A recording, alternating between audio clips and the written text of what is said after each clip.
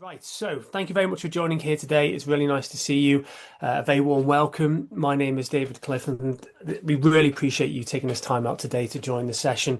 This session marks the third webinar in the SAMS Global webinar series for 2026. Basically, it's a series designed to help provide practical insight and support for international student recruitment agencies and university partners.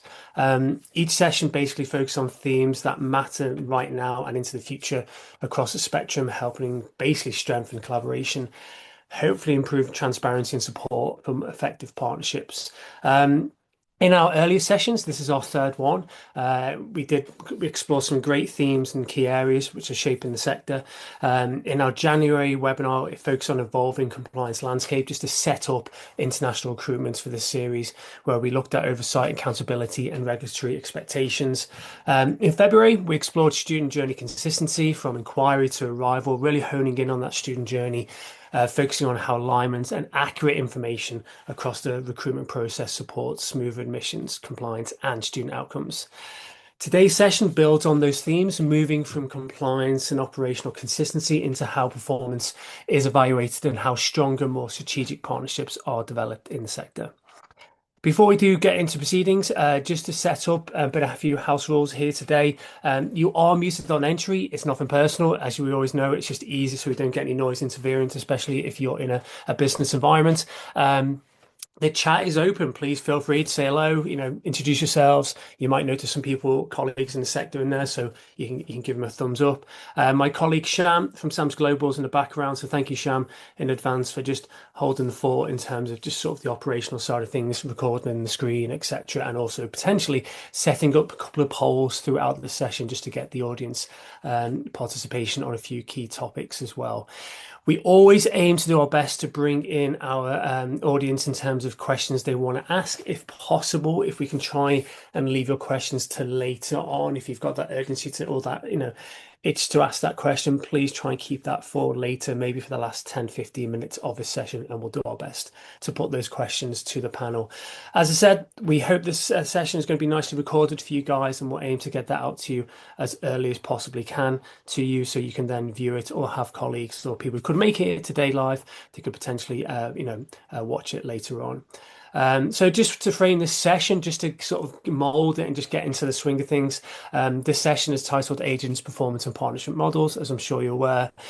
Now, the reason why this topic matters and why we've chosen it for this session is because the way the universities and agents work together is evolving.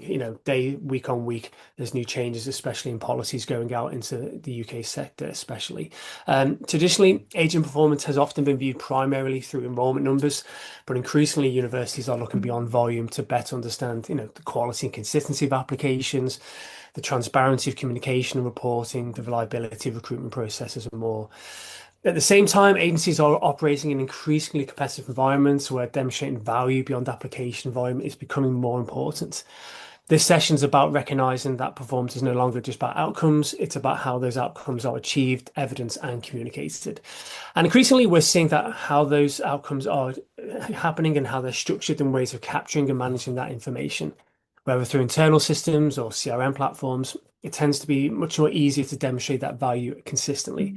We'll explore how universities evaluate agent performance, how expectations are evolving, and what practical approaches can help strengthen long-term recruitment partnerships.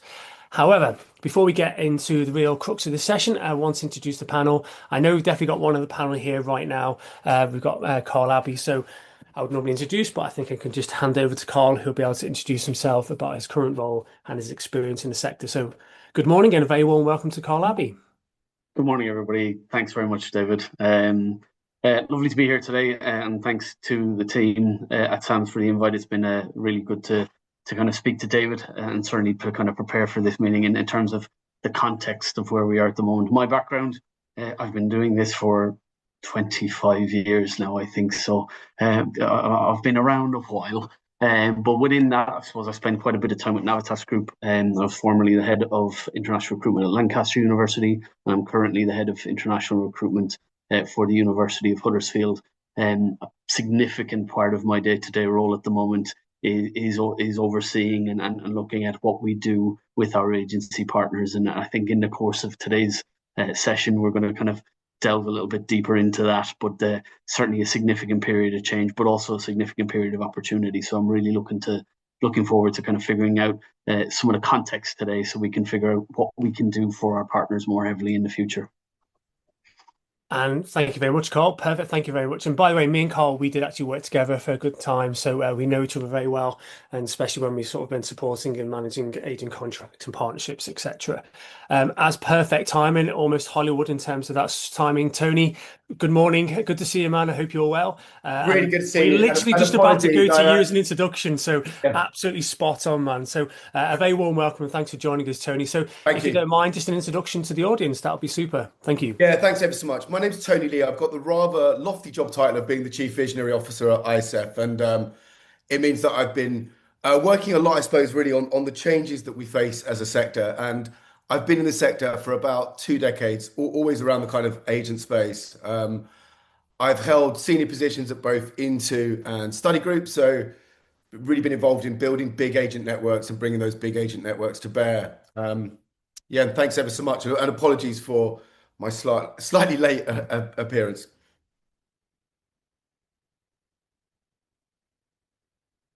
Oh, no, I've got no sound. I think you're muted, David. Look, it's got to be done, guys. You know, it's standard practice. If it doesn't, no, someone doesn't do it, then it's just not really a webinar, is it? So yeah, that's that sense of professionalism out the window in the first 5 minutes. So yeah, thanks, Carl. So just as a quick introduction on me as well, just so for those who don't know me, I'm the business development manager for SAMS Global, where I focus primarily on our SAMS CRM product, which is designed for recruitment agencies, basically a student application management system. Before joining SAMS, I spent 7 years at the University of Huddersfield, a fantastic university where I worked with Carl, where I had first-hand experience of agent relationships, performance evaluation, the operational workflows, and general recruitment around Middle East and Africa as well. However, enough about me and let's get the party started. I appreciate when we've done these webinars before, time absolutely flies. And I know Carl and Tony like to have a good chat as well. So let's just get straight into it, okay? So we've got a group of questions to go through today. We might not get through all of them, but we'll do our best to chip away and sort of get away at this topic today. And then we'll come to you guys on the audience later on for any questions you've got. So let's get straight into it. First question, and we'll post these questions in the chat as well, so you know what we're talking about as well. From both a university and an agent perspective, what performance indicators genuinely reflect a strong recruitment partnership? So just to say that again, from university and agent perspective, what performance indicators generally reflect a strong recruitment partnership?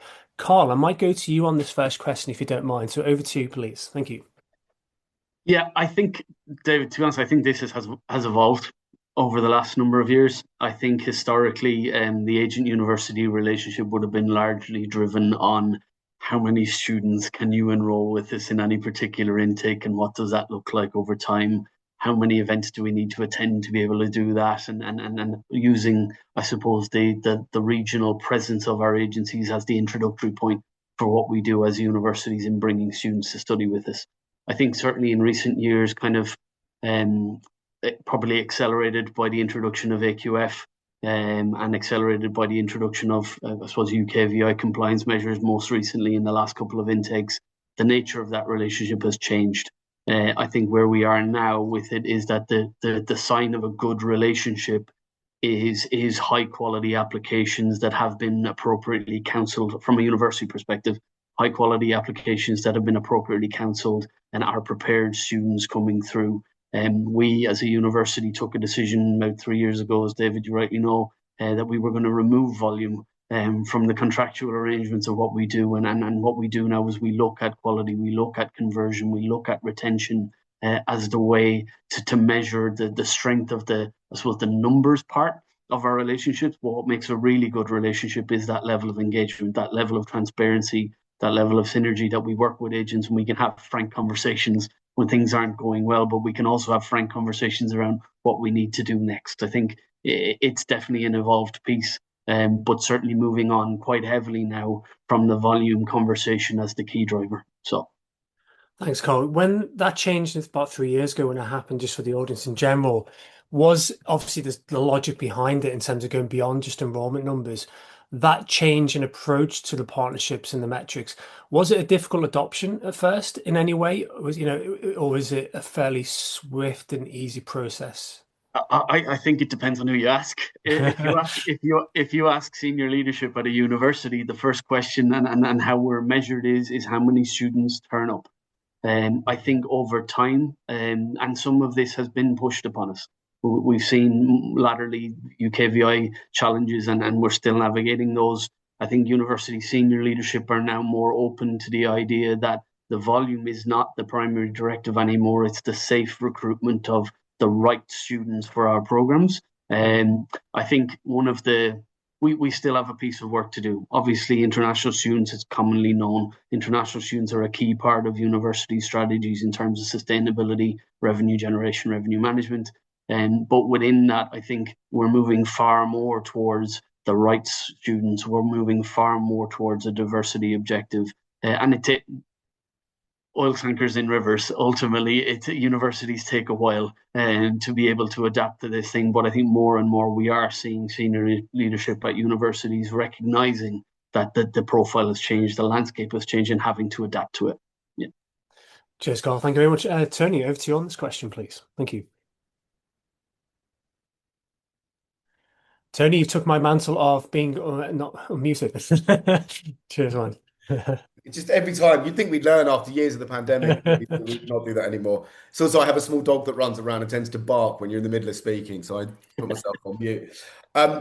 Yeah, I mean, I completely agree with Carl. I think the market is changing, and we certainly are seeing that flight towards quality. And I think that when we look at the key performance indicators, and people are looking at cost per acquisition further down the funnel, I think it's also building the metrics into that lead to high quality recruitment. So I think it's looking for agents that can demonstrate that they're properly training their counselors, that can demonstrate that they're finding the right fit students to send to the institution in the first place. So I think the work that we've been doing around accreditation and things like that becomes ever more important in these UKVI times, because it means that you can clearly demonstrate the legal trading name of the agency, all of those kind of preambles to proper data in the early stages of it, or what leads to what Carl's saying, which is the proper indicators of how you can demonstrate that we're working with the right agents, they're bringing us the right students, and that there's good quality throughout that entire framework. It's yeah, I think those days of it being the Wild West and just being a high volume game are behind us.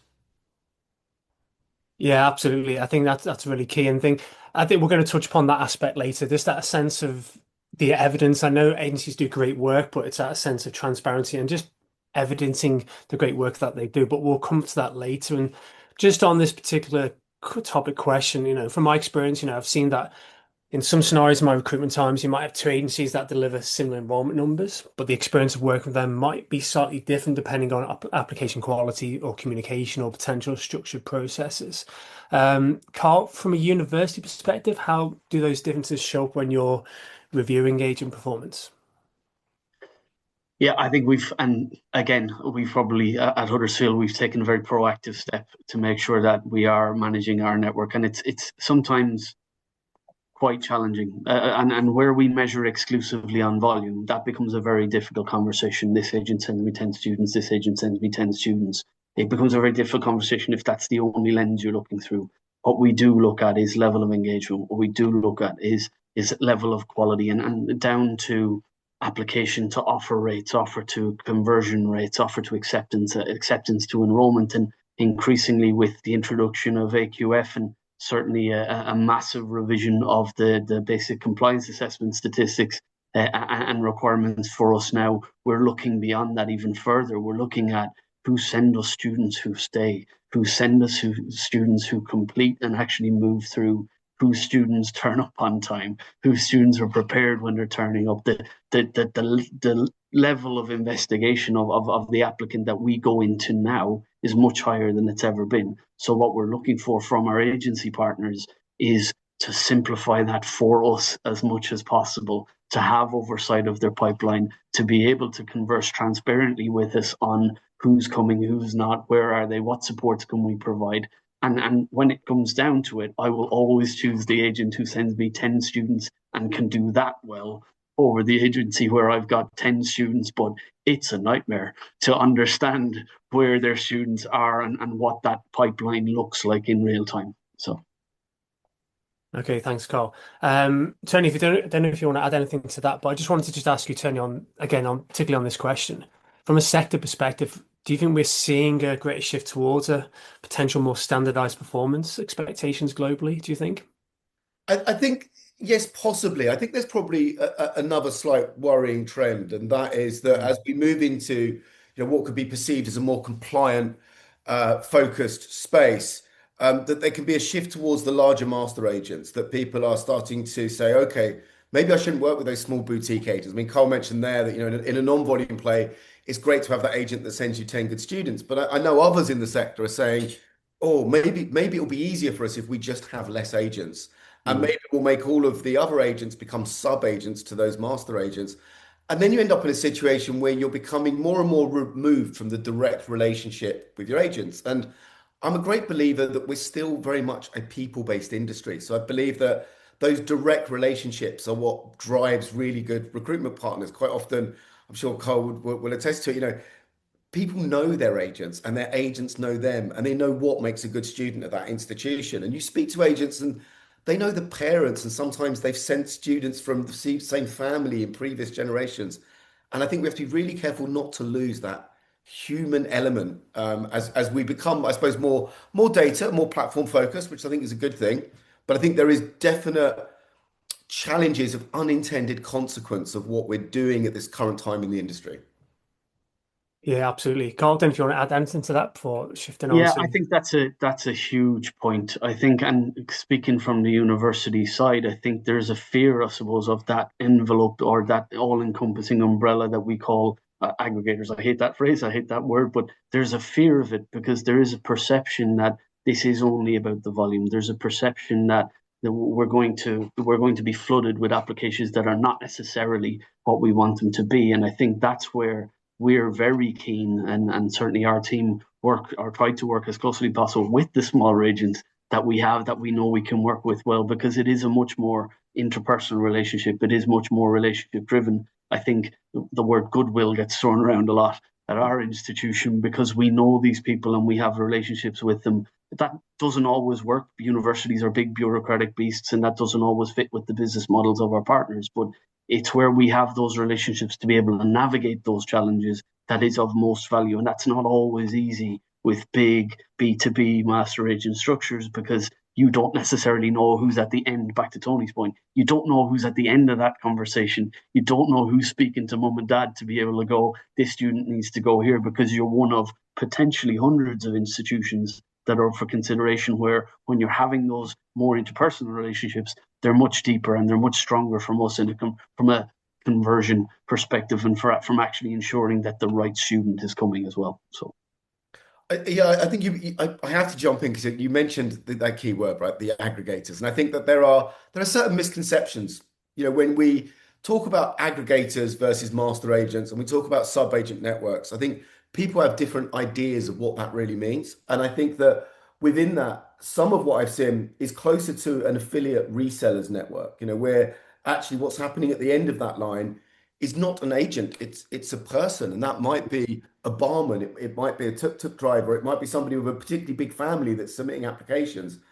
And I think, I don't think we really want to outsource the counseling of students to that level where we've got people that are untrained or are just making a quick buck. And I think that is an area of quality that we all as collectively as an industry, I think, want to take responsibility for. And I know that a lot of the very good quality agents are very much committed to joining us in raising professional standards.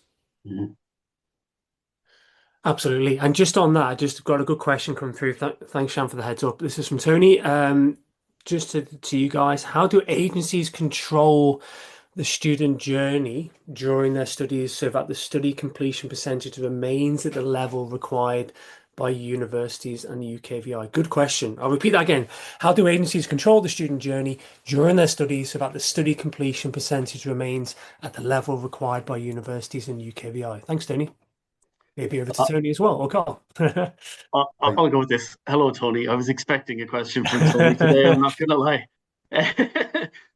So I think this is where the relationship is key. Well, I suppose the expectation from us is that the counselling work has been done at the front end. And this is where student motivation really comes into play. Not understanding that the counsellor has discussed the route with the student, that they're fully aware of what the program is. They're fully aware that the intention of the student is to come and is to complete. I think there's obviously an element whereby students have personal circumstances which mean that they don't complete, and that's beyond the control of anybody in any way, shape, or form. But I think a rising trend, Tony, is that we're seeing, and it is fairly narrow in a fairly specific set of source regions and source markets at this point in time. But we are seeing trends of students who are being withdrawn for non-attendance very early in their academic career with any particular institution, and that's a challenge for us because we're measured on that. So I think that the role of the agency within that is to ensure that the students from the point of application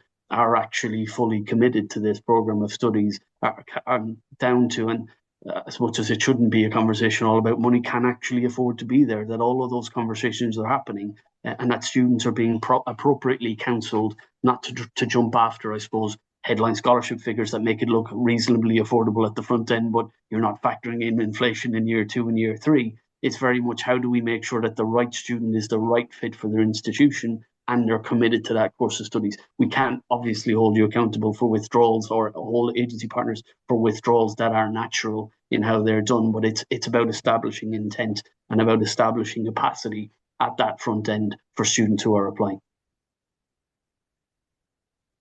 Thanks, Carl. Perfect. Great question. Thanks, Tony. Good to see you this morning, by the way. We have another great question as well. I think I need to get the audience to write my pre-webinar questions because these are really good. Rizwana, good morning, potentially good afternoon. With experience of 26 years, I've experienced a lot of changes in scenarios. This time is difficult in terms of keeping the quality and the numbers. My question is that how can aggregators control the quality and the role of aggregators? Big one, this, guys. Yeah, I don't mind jumping in there a little bit. Cheers, Tony.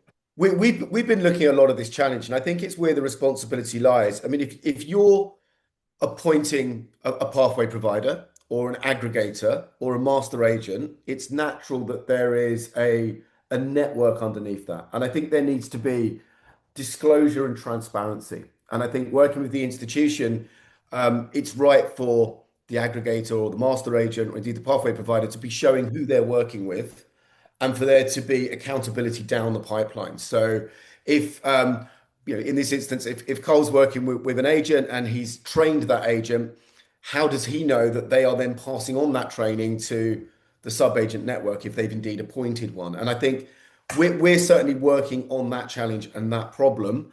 And it's a very complex problem because one person's sub-agent is another person's master agent, and there's a lot of complexity in all of that. And I think we give it all a bit of a bad name, and I have to stick up for them a little bit here because ultimately, if a student walks into an agent's office and they are best placed at an institution that does not have a direct contract, the agent is acting in the best student's interest if they refer them to someone that has a direct contract. And that's the way the sub-agent network always worked. And I think the master agent aggregator type software really just puts software in place to help some of those referrals. So far, so good.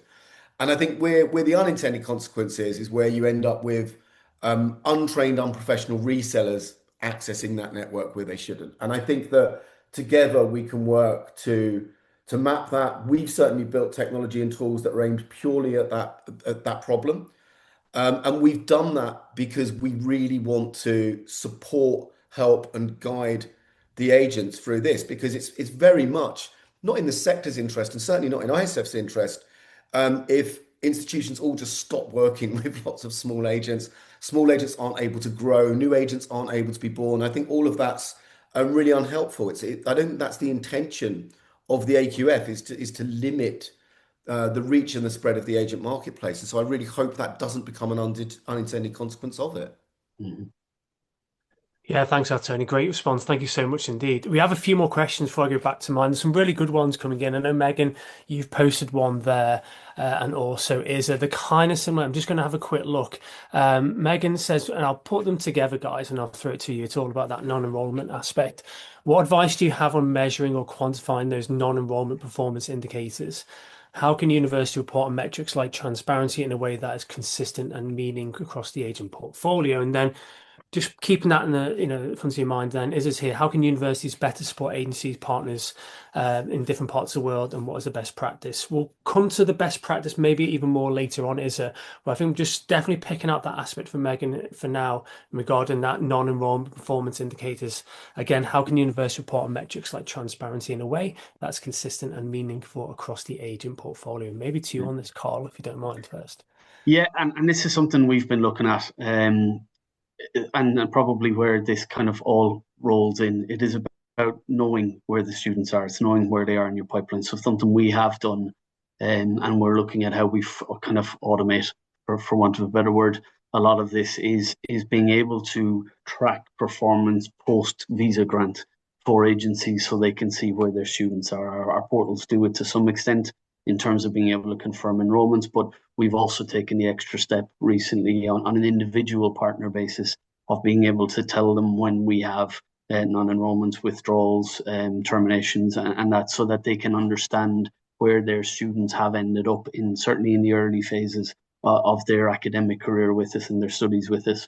Very recently, we had a meeting with a partner who we could tell them exactly which branches their students who hadn't continued came from, where their non-attendances came from. And they found that really helpful because it's not information they typically get to see. I suppose most universities don't share it to that level because up to now it hasn't been particularly focused on. But with the QF, with the BCA metrics the way they are now, we will actively share with the partner, this is your list of students who we've had challenges with throughout the enrollment and retention process. How do we address this? And that may involve just an additional training in that space. So it is about being able to be confident that our data is correct, that we've got it mapped back down to an agency branch level, and to allow our partnership liaisons, if you want, access to that data so they can see where their students are, where we've had issues, particularly for non-attendance, because it will start to count to universities' performance metrics, being able to share with them so they can then identify within their own organizations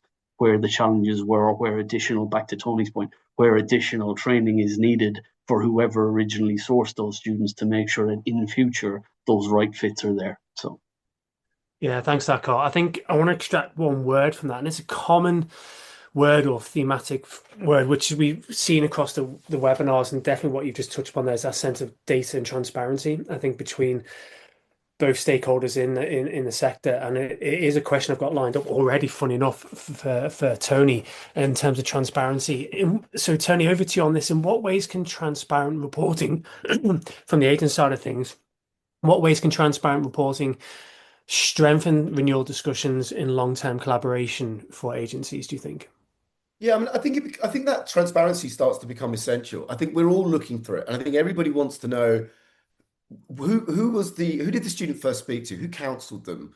Was that person trained? Which agent then submitted the application? And I think that AI is slightly changing that role in terms of what the agencies do. And technology is making that transparency somewhat simpler.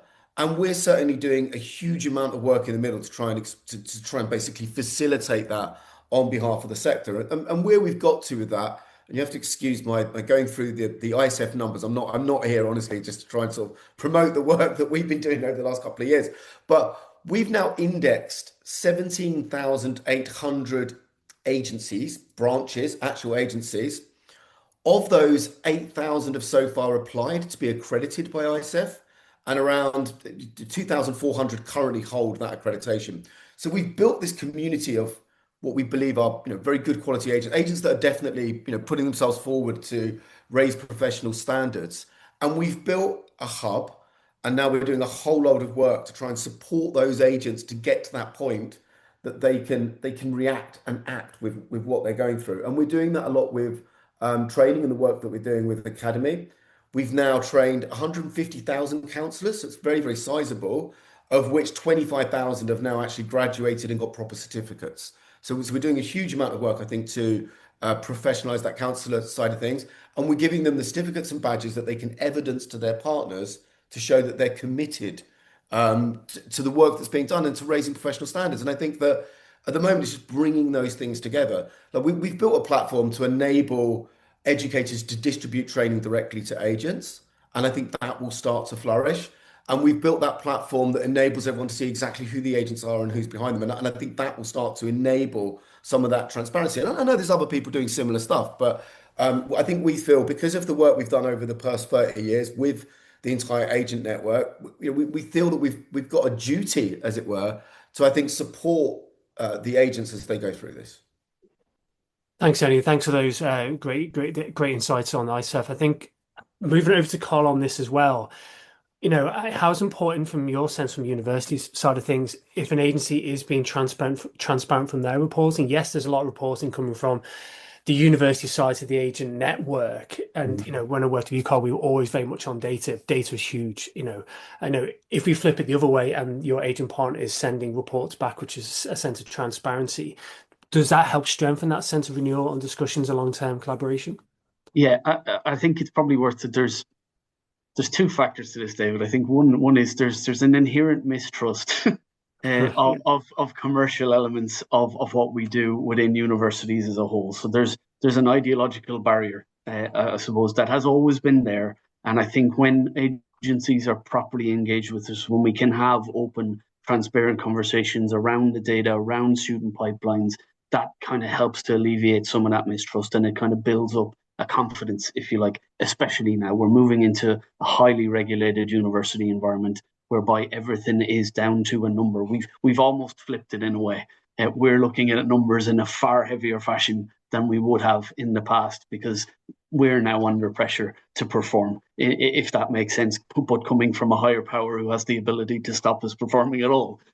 So within that, it's a case of we want to have those conversations. And my most favored conversations with our agency partners is when they can come to me and tell me exactly where their students are, exactly where their students have come from, and can actually show me that we know. Because it's that confidence I can take away that says, right, I can then trust that I know if I invest or if we support or if we engage more heavily, that's going to have a measurable outcome for me. I think the challenge, and back to Tony's earlier point, we don't know who a lot of the B2B sub-agency level multi-tier sub, we don't know who they are. So there's a very difficult challenge for universities to kind of accept that actually everything's been done in the right way. Now, some partners are wonderful at doing this. They can tell you today exactly where their students are. And that's what really helps us.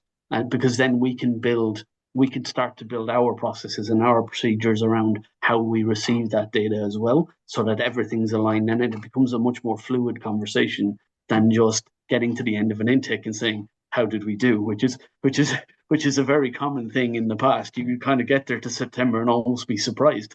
And that's kind of where we can't afford to do that now, because everything is, and we run 3 intakes a year. So every single intake has an impact on our overall picture, not just in recruitment terms, but also in our compliance terms to what we do. So if partners can support us by being really on top of their data and being transparent to share that with us, it makes my life so much easier in how we plan this forward. So. Yeah, I can absolutely agree on that. I think when I used to do recruitment and visiting a lot of partner offices, I think the majority of the time would be me bringing the data to the table, the reflection on what we've done in terms of our metrics, enrollment and performance, and then obviously projected numbers. But it's really refreshing when one of the partners would bring to the table their set of metrics and performance indicators and their data sets. I used to find it great. Yes, you might have a little hustle and tussle about where we've met and what we need to do, but it still shows that sense of transparency and scaffolding together in terms of building towards what was done in the past through to the future.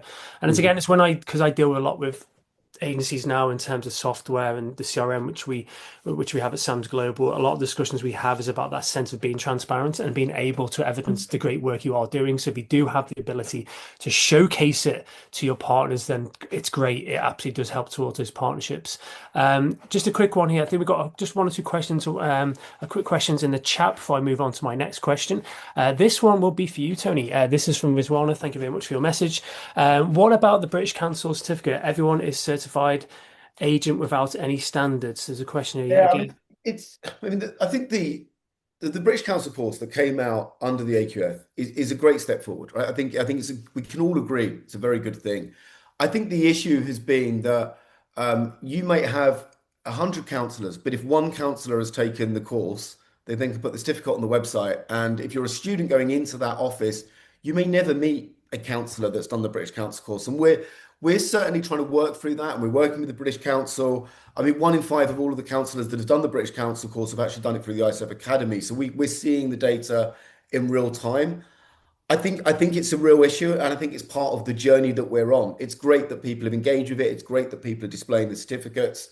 I think we're going to be seeing, more and more standards and rules around that in the way that it's displayed, so that it gives the intended reassurance to students and parents. So I think, it's part of the journey. I mean, and I think that's true of a lot of the AQF. It's been from good intention to becoming quite standardized to being implemented. And I think that's then obviously coming together with the UKVI and the BCA metrics that are coming. So there's a whole lot of work that's going to be happening, I think, in these coming months, including ensuring that you know exactly what the legal trading name is of the agent, where are you going to get that from. A lot of people have got databases with different monikers flying around everywhere, and we're certainly trying to work with as many people in the sector as we can, because we believe that we've got a solution to that problem as well.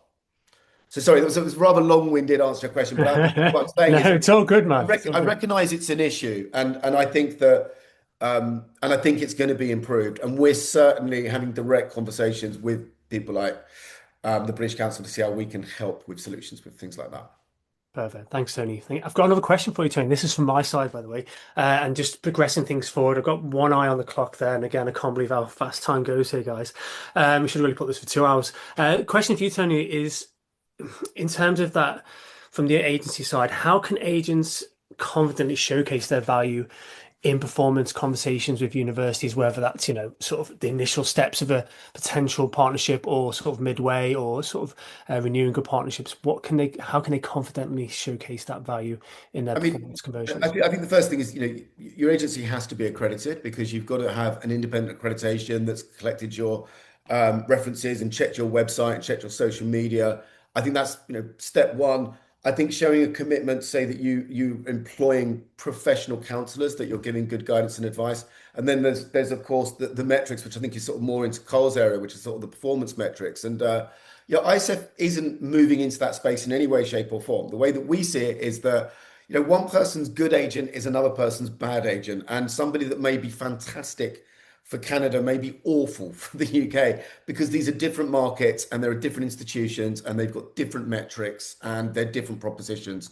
So I think there are some out there at the moment. There are these myths, I think, of kind of a one size fits all approach to agent performance, and I think that is an absolute myth. I think it's one size fits no one, and I think that's true between markets, and it's true between different universities in the UK that are at different levels of the ranking with different propositions. And so I think we've all got to look at, I go back to sort of what we were talking about at the beginning of this, where it comes back to being about people. It's about having really good relationships with agents that really understand your institution.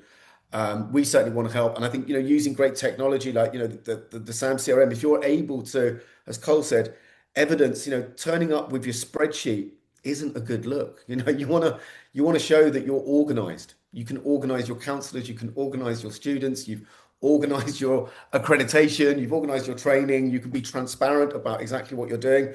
Because to Cole's earlier point, there are still people in our sector that don't see the value of the agent network. They don't necessarily, they would like all students to be direct admit students, and they see agents as unnecessary middlemen. I mean, let's just call it out there.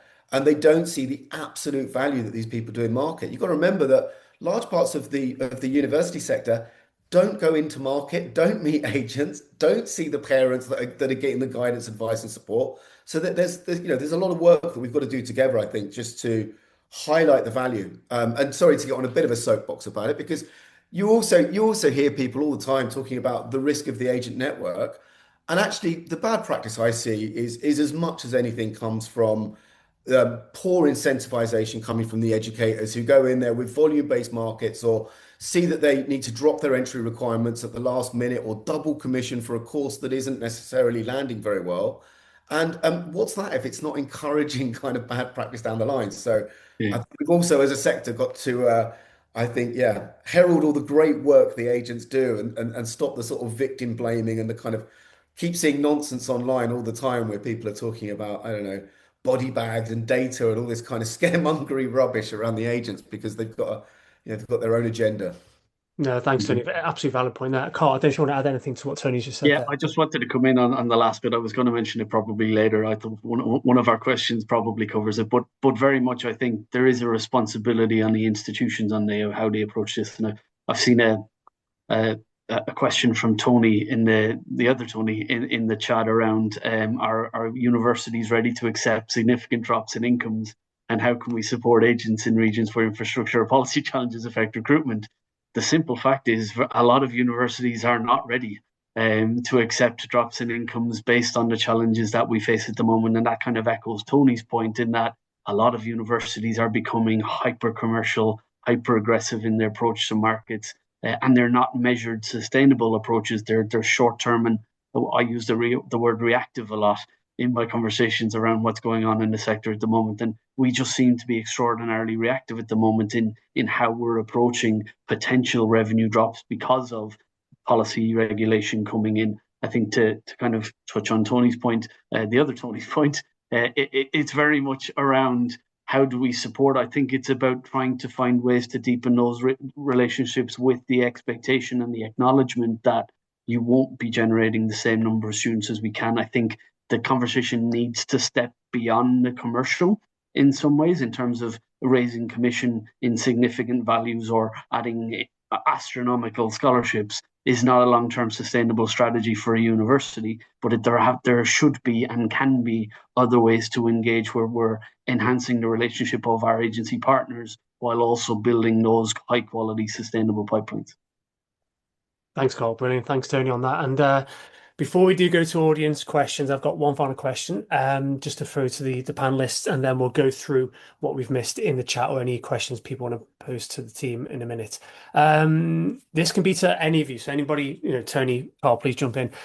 What practical systems or processes help agencies demonstrate transparency without adding operational strain? Are there any systems or processes or top advice you could give in terms of agencies on the call today to demonstrate that sense of transparency and that support towards that, the sort of partnership development?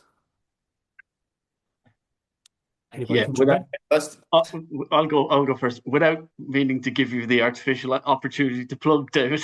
I think what we're looking at is very much we want to know that our partners are on top of their data and are on top of their pipelines. I think using a very specific example, we get to commission time 3 times a year now, and then the number of administrative overheads we have because we're chasing down inquiries about students who've applied but never enrolled, or students who didn't even apply on certain occasions, but our university name sounded like another one, is kind of, we want to know that you're on top of your pipeline. And I think having a really good CRM in place to be able to quickly access your data, to be able to quickly reconcile your view of our pipeline with our view of our pipeline is instrumental in not only allowing us to support your counsellors and the students by knowing who they are and being able to put the right support in place, either academic sessions, webinars, conversion sessions, conversations.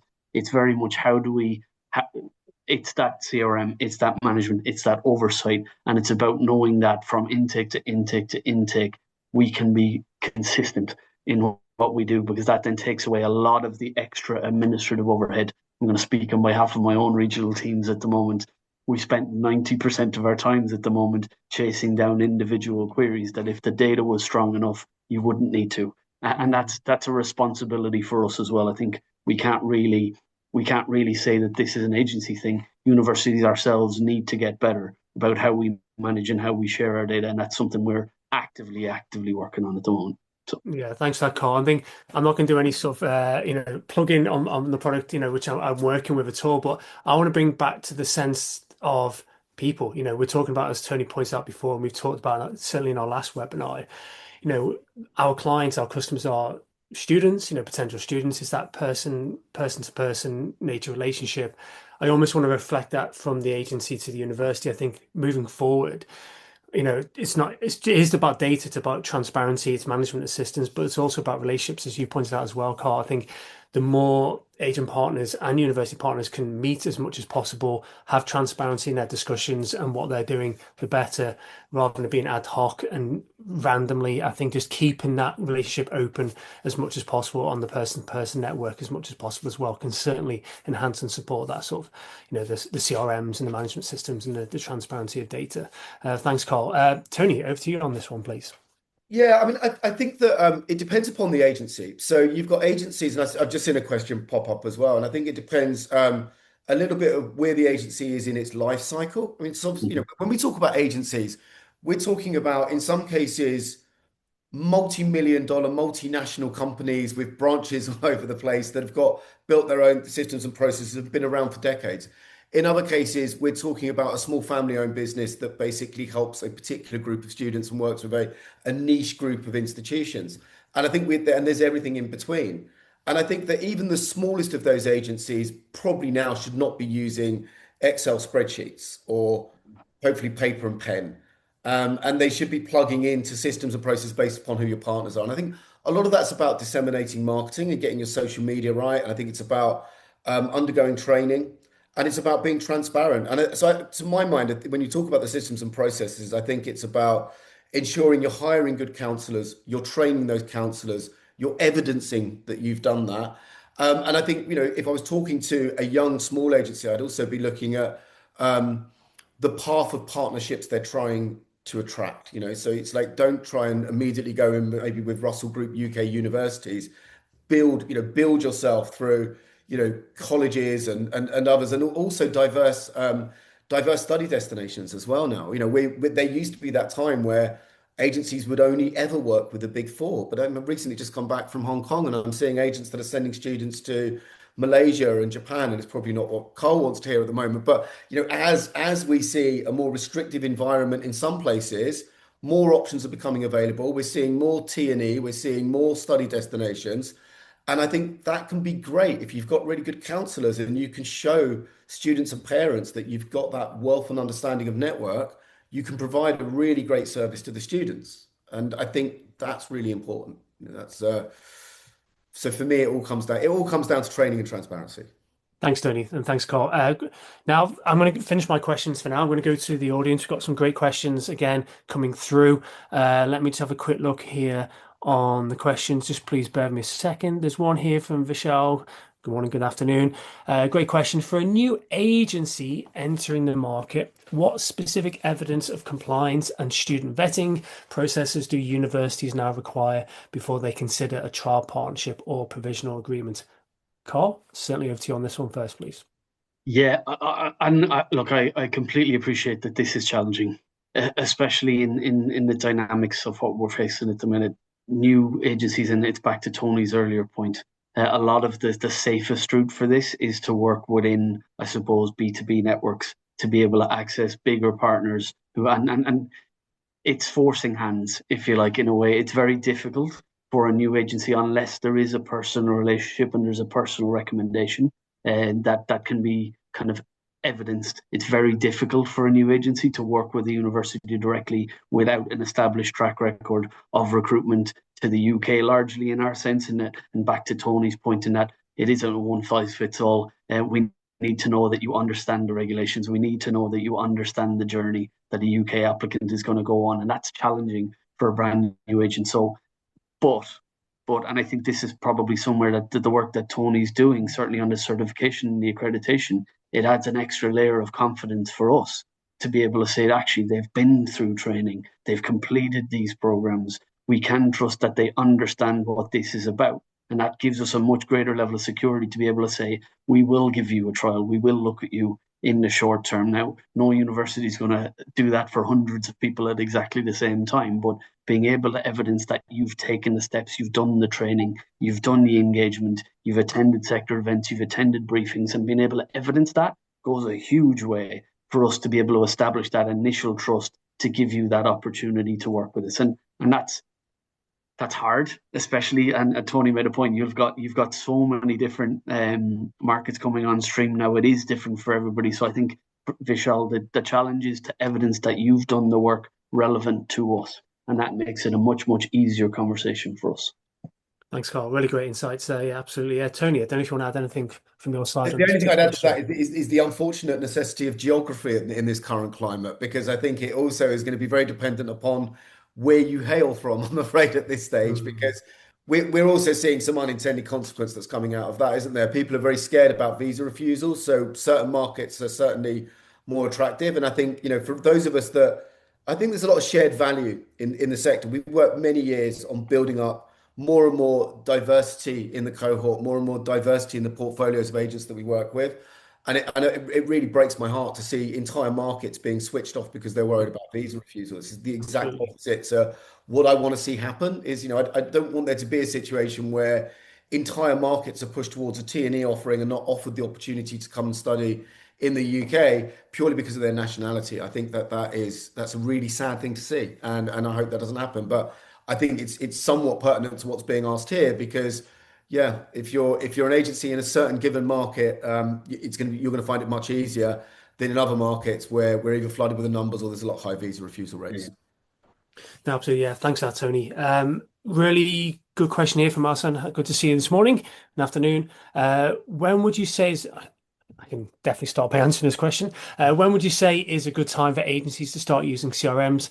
When does a boutique consultancy start requiring a CRM, in your opinion? Well, great question. I think from my eyes, again, I meet agencies week on week all the time, new, matured agencies, small, large variation of markets. And for me, in my eyes, it's at any time, even early in the inception of your agency, because ultimately, yes, it's the ability to show measurements against, whether it's metrics in the market, transparency against regulations, but also it's you as an operation, as a business.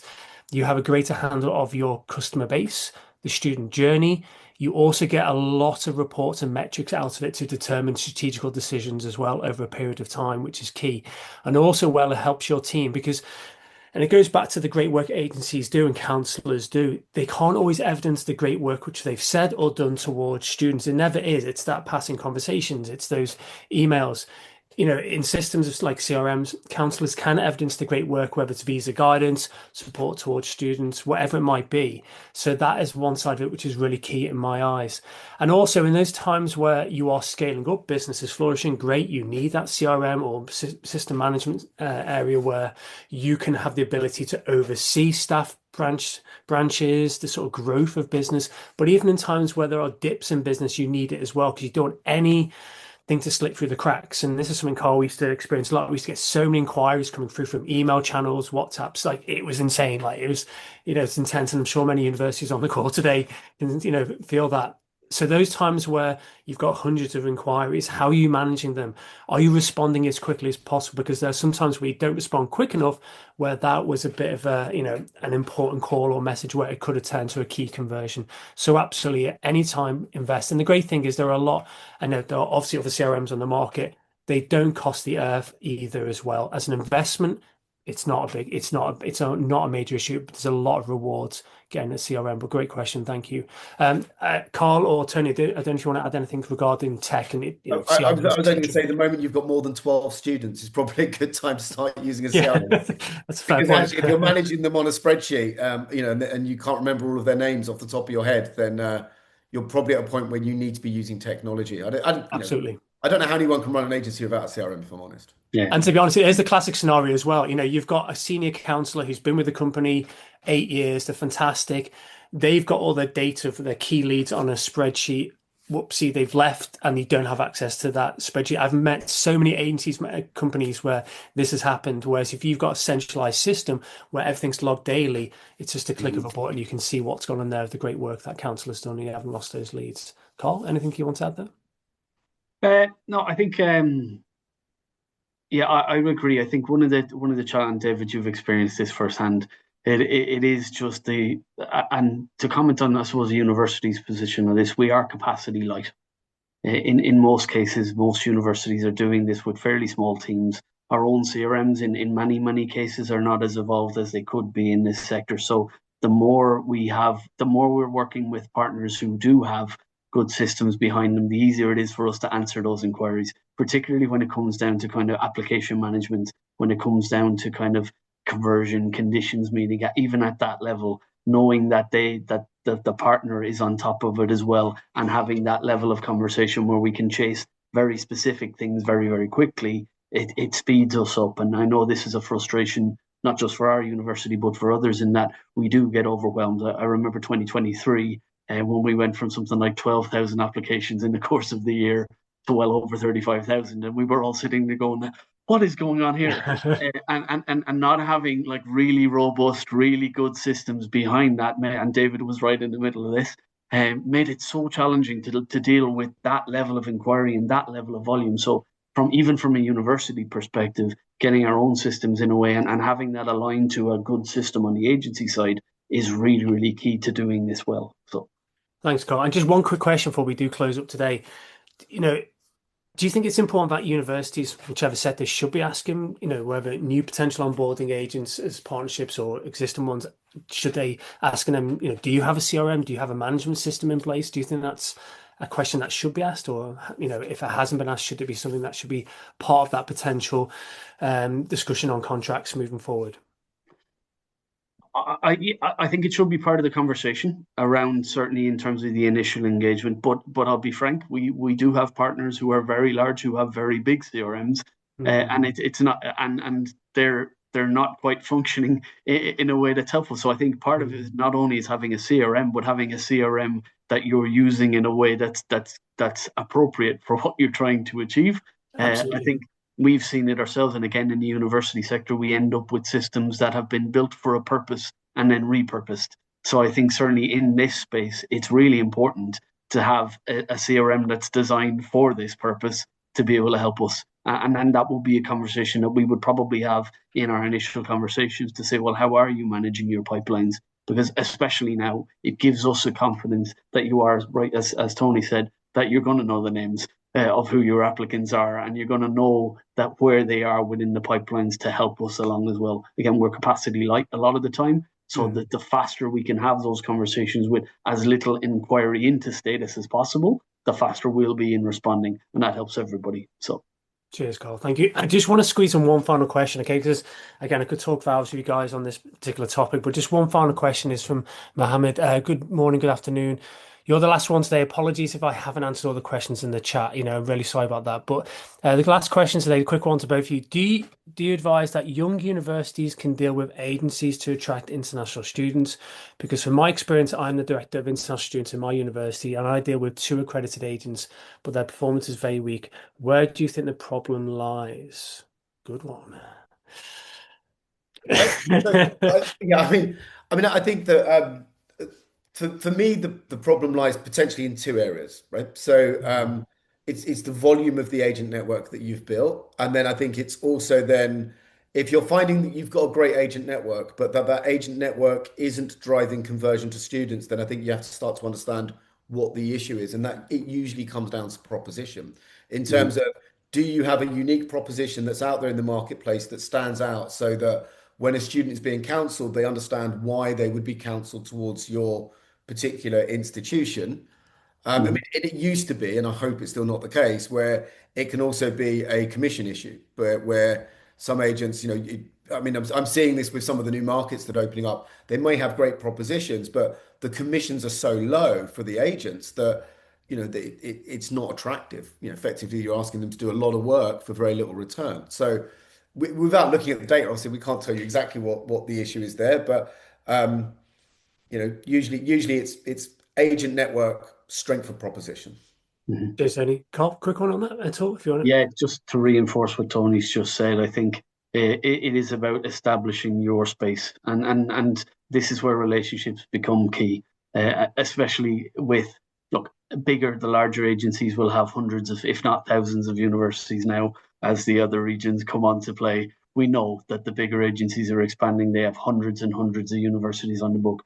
Finding your niche within that will be very, very challenging, particularly as a new institution. So the advice is to make sure your value proposition is fit for where you're trying to promote, and that you're also working with a network of partners who can do that for you, particularly if you're a specialist university, because a lot of that specialism will get lost in a general agency recruitment process, I suppose.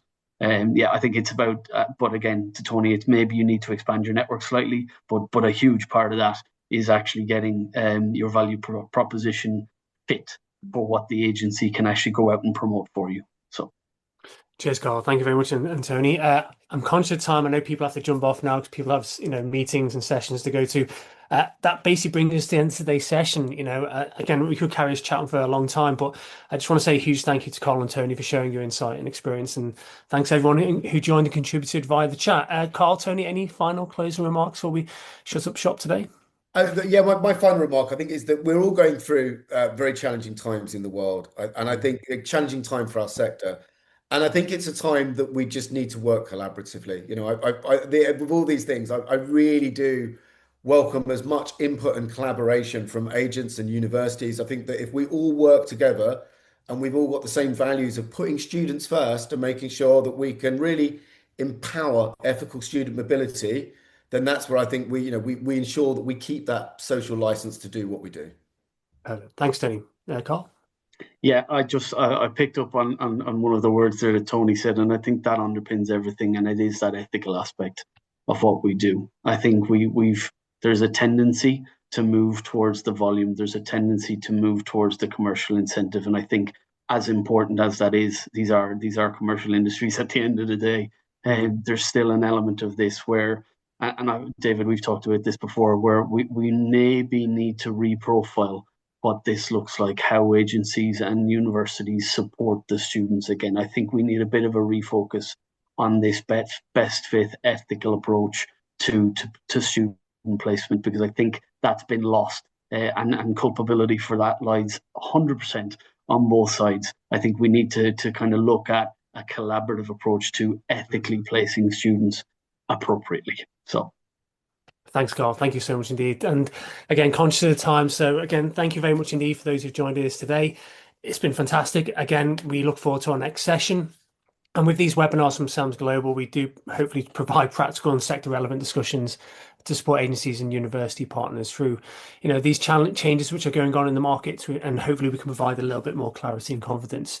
We'll be continuing these sessions going into April, so please keep an eye out. And the next one will be focusing on protecting your agency from operational risk. So again, protecting your agency from operational risk, and that'll be the end of April. So do please keep an eye out for further details on that session today.